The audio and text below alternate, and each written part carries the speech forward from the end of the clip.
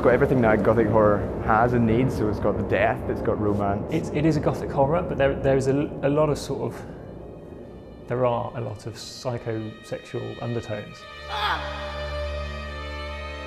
But I like films personally that have a modern darkness, and Charlie has an element of that in some of his films, which makes it very interesting, like a juxtaposition of a modern psychology with a Gothic appearance. The scenes in this particular film were quite off the scale. I think with any filmmaker, when they create something new, they want to kind of shock the audience even more.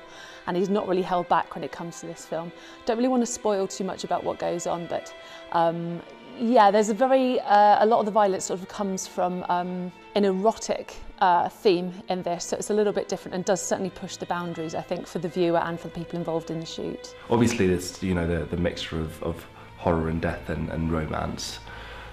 There is kind of equal parts of both in the film. You'd better hope Mother doesn't find out what you've got in that trunk.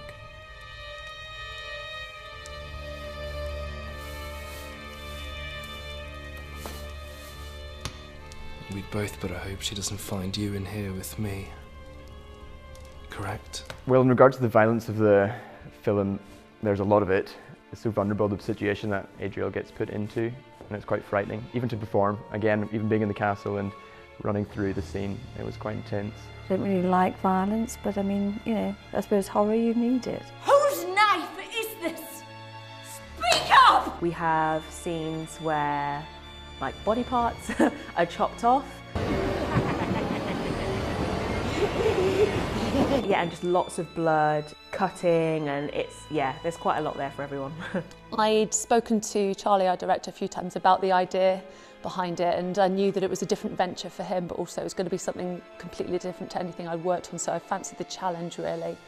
And I really like the kind of dark Gothic period setting of it. I think each character has their own violent themes, whether it be like all blood and gore or psychological or sexual.